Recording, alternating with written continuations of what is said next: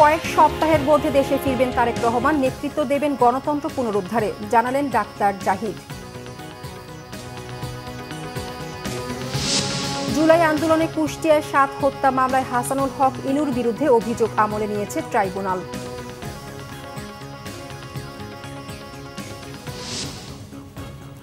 দেখছিলেন crown cement সংবাদ শিরোনাম, এবার বিস্তারিত। কয়েক সপ্তাহের মধ্যেই দেশে ফিরবেন তারেক রহমান। দেশে ফিরে শুধু বিএনপি নয়, গণতন্ত্র যাত্রার নেতৃত্ব দেবেন জানিয়েছেন বিএনপি স্থায়ী কমিটির সদস্য ডাক্তার এজেডএম জাহিদ হোসেন। সকালে ডিপ্লোমা ফার্মাসিস্ট অ্যাসোসিয়েশনের নবগঠিত কমিটির সদস্যদের নিয়ে শহীদ রাষ্ট্রপতি জিয়াউর রহমানের মাজারে শ্রদ্ধা জানান বিএনপি স্থায়ী কমিটির সদস্য ডাক্তার এজেডএম জাহিদ হোসেন। শহীদ জিয়ার আত্মার মাগফিরাত এবং দেশ ও জাতির সমৃদ্ধি কামনায় মোনাজাত করা হয়। পরে সাংবাদিকদের ডাক্তার জাহিদ হোসেন জানান, ত্রয়োদশ জাতীয় সংসদ নির্বাচনে প্রতিদ্বন্দ্বিতার জন্য বিএনপি শিগগিরই দলীয় মনোনয়ন চূড়ান্ত করবে। জনগণের কাছে সমাদৃত ও দলীয় জরিপের ফলাফলে যারা এগিয়ে থাকবে তারাই আগামী নির্বাচনে বিএনপির মনোনয়ন পাবেন বলে জানান তিনি।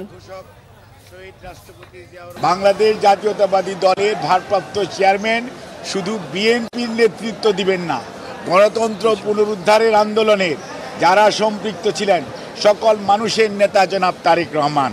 এবং আমি কয়েকদিন আগেও বলেছি, আপনারা দেখতে পাবেন যে কয়েক সপ্তাহ বলেছিলাম, ইনশাল্লাহ কয়েক সপ্তাহের মধ্যে ইনশাল্লাহ তারেক রহমান এসে বিএনপির নির্বাচনী প্রক্রিয়া নয়, গণতন্ত্র পুনরুদ্ধারের শেষ লগ্ন সেটির নেতৃত্ব দিবেন জনাব তারেক রহমান। কেন্দ্রীয় কমিটির পক্ষ থেকে জুলাই আন্দোলনে কুষ্টিয়াতে ৭ জন হত্যা মামলায় জাতীয় সমাজতান্ত্রিক দলের জাসদ সভাপতি হাসানুল হক ইনুর বিরুদ্ধে তদন্ত প্রতিবেদন আমলে নিয়েছে আন্তর্জাতিক অপরাধ ট্রাইব্যুনাল। সকালে ট্রাইব্যুনালে এই তদন্ত প্রতিবেদন দাখিল করে প্রসিকিউশন। হাসানুল হক ইনুর বিরুদ্ধে মানবতা বিরোধী অপরাধের মোট ৮ অভিযোগ এনেছে তদন্ত সংস্থা। প্রসিকিউশন বলছে, তার বিরুদ্ধে মানবতা বিরোধী অপরাধে প্রাথমিক প্রমাণ মিলেছে। গত বছরের ২৬ আগস্ট রাজধানীর উত্তরা থেকে হাসানুল হক ইনুকে গ্রেপ্তার করে পুলিশ। বর্তমানে বিভিন্ন মামলায় কারাগারে সাবেক এই মন্ত্রী। আওয়ামী লীগ সরকারের আমলে তথ্যমন্ত্রীর দায়িত্ব পালন করেছিলেন তিনি। বাংলাদেশের আগামী নির্বাচনের ব্যাপারে তার সরকারের প্রস্তুতি ও প্রত্যয়ের কথা যুক্তরাষ্ট্রের প্রেসিডেন্ট ডোনাল্ড ট্রাম্পকে জানিয়েছেন প্রধান উপদেষ্টা ডক্টর মোহাম্মদ ইউনূস। এদিকে বাংলাদেশে আরও বেশি বিনিয়োগ করতে মার্কিন কোম্পানিগুলোর প্রতি আহ্বান জানিয়েছেন প্রধান উপদেষ্টা। ট্রাম্প আয়োজিত সংবর্ধনা অনুষ্ঠানে সুবিধাজনক সময়ে বাংলাদেশ সফরে মার্কিন প্রেসিডেন্টকে আমন্ত্রণও জানান প্রধান উপদেষ্টা। অনুষ্ঠানে ডক্টর ইউনূস ট্রাম্পের সঙ্গে শুভেচ্ছা বিনিময় করেন এবং বিশ্বের বিভিন্ন শীর্ষ নেতার সঙ্গে মত বিনিময় করেন। তাদের মধ্যে ছিলেন স্পেনের রাজা ষষ্ঠ ফিলিপ, জাপানের প্রধানমন্ত্রী শিগেরু ইশিবা, জাতিসংঘ মহাসচিব অ্যান্তনিও গুতেরেস এবং ভুটানের প্রধানমন্ত্রী দাশু শেরিং তুবগে। নিউ ইয়র্কের একটি হোটেলে ইতালির প্রধানমন্ত্রী জর্জিয়া মেলানিও সাক্ষাৎ করেন প্রধান উপদেষ্টার সাথে। দ্বিপক্ষীয় স্বার্থ সংশ্লিষ্ট বিভিন্ন বিষয়ে তাদের মধ্যে আলোচনা হয়। এদিকে জাতিসংঘের অধিবেশনে ডক্টর ইউনূস বলেছেন, টেকসই উন্নয়ন লক্ষ্যমাত্রা এসডিজি অর্জনে প্রতি বছর $4 ট্রিলিয়ন বিনিয়োগ ঘাটতি পূরণ করা কঠিন চ্যালেঞ্জ হলেও অপরিহার্য। তিনি বলেন, চতুর্থ আন্তর্জাতিক উন্নয়ন অর্থায়ন সম্মেলনে দেওয়া প্রতিশ্রুতিগুলো এখন বাস্তবে রূপ দেওয়ার সময় এসেছে। অষ্টম শ্রেণীর স্কুল ছাত্রীকে সংঘবদ্ধ ধর্ষণে জড়িতদের গ্রেফতারের দাবিতে যুগ্ম ছাত্র জনতার ব্যানারে আধা বেলা সড়ক অবরোধ চলছে। অবরোধের সমর্থনে সকালে জেলার বিভিন্ন সড়কে পিকেটিং হয়। সড়কে অভ্যন্তরীণ ও দূরপাল্লার কোনো যানবাহন চলছে না। অপ্রীতিকর ঘটনা এড়াতে গুরুত্বপূর্ণ স্থানগুলোতে সতর্ক অবস্থানে রয়েছে পুলিশ। ভুক্তভোগী পরিবারের দাবি, মঙ্গলবার সন্ধ্যায় খাগড়াছড়ি সদরের সিঙ্গিনালা এলাকায় প্রাইভেট পড়ে ফেরার পথে ওই স্কুল ছাত্রীকে তুলে দিয়ে ধর্ষণ করা হয়। পরে অনেক খোঁজাখুঁজি করে বাড়ির পাশে অচেতন অবস্থায় পাওয়া যায় ওই শিক্ষার্থীকে। এই ঘটনায় তার পরিবার সদর থানায় অজ্ঞাত আসামিদের বিরুদ্ধে মামলা করে। জড়িত অভিযোগে বুধবার সকালে সিঙ্গিনালা এলাকা থেকে সেনাবাহিনীর সহযোগিতায় শয়নশীল নামে একজনকে আটক করে পুলিশ। ভরা মৌসুমেও দাম কমেনি ইলিশের। তার উপরে দুর্গাপূজাকে ঘিরে ইলিশ পাঠানো হয়েছে ভারতে। দেশের চাহিদা না মিটিয়ে কম দামে ভারতে ইলিশ পাঠানোকে স্বৈরাচারী আচরণ বহাল রাখার শামিল বলছে ক্রেতারা। এদিকে বরিশাল পোর্ট রোড মৎস্য অবতরণ কেন্দ্র থেকে এখনও আওয়ামী লীগ নেতার লাইসেন্সে ইলিশ রপ্তানি হয় বাণিজ্য মন্ত্রণালয় সমালোচনা করছে ব্যবসায়ী সমিতি। দাদন প্রথা বাদ দিয়ে জেলেদের ব্যাংক লোন দিয়ে হলেও ইলিশের মূল্য নির্ধারণ করে দেয়া হোক দাবি ক্রেতাদের। বরিশাল থেকে শাহিন হাসানের রিপোর্ট।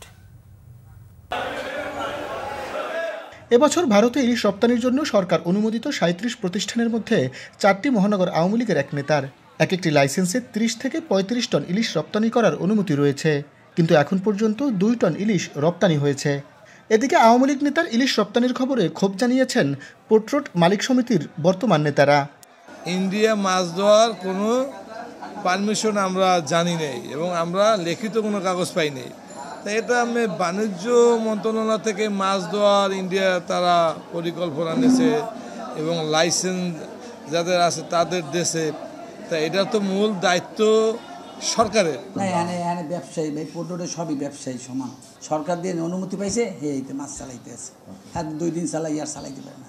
ভরা মৌসুমে এখনও ইলিশের দাম বেশি হওয়ায় এটিকে নিয়ন্ত্রণে আনার দাবি ক্রেতাদের। আমাদের দেশে ইলিশ মাছ উৎপাদন হয়, অথচ আমরা ইলিশ মাছ এত দাম দিয়ে খাই।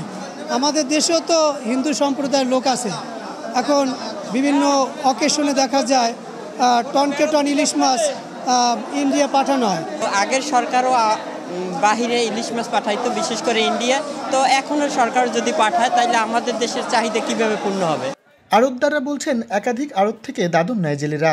জেলেরা জানায় প্রতি ট্রিপে মাছ না পাওয়ায় লোকসান পুষিয়ে নিতে হয় তাদের। অন্য জায়গায় আবার দাদন নেওয়া আছে, ওখানে নিয়ে যায়।